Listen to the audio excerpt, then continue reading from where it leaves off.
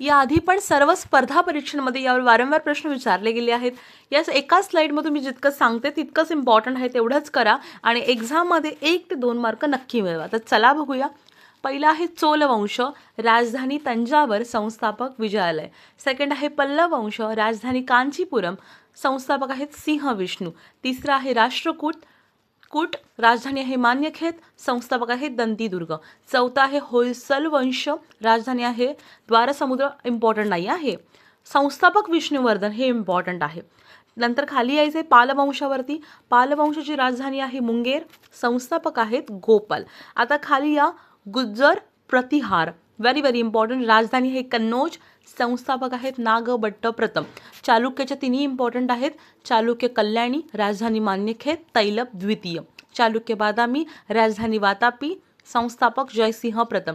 चालुक्य बैंगी, राजधानी बैंगी, संस्थापक विष्णुवर्धन.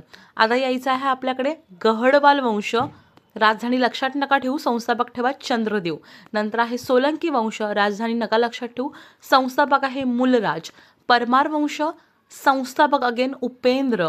त्याच्यानंतर खाली यायचं चंदेल वंश, राजधानी खजुराहो, व्हेरी व्हेरी इम्पॉर्टंट, आणि संस्थापक नन्नूक. आणि चौहान वंश, फक्त संस्थापक वासुदेव.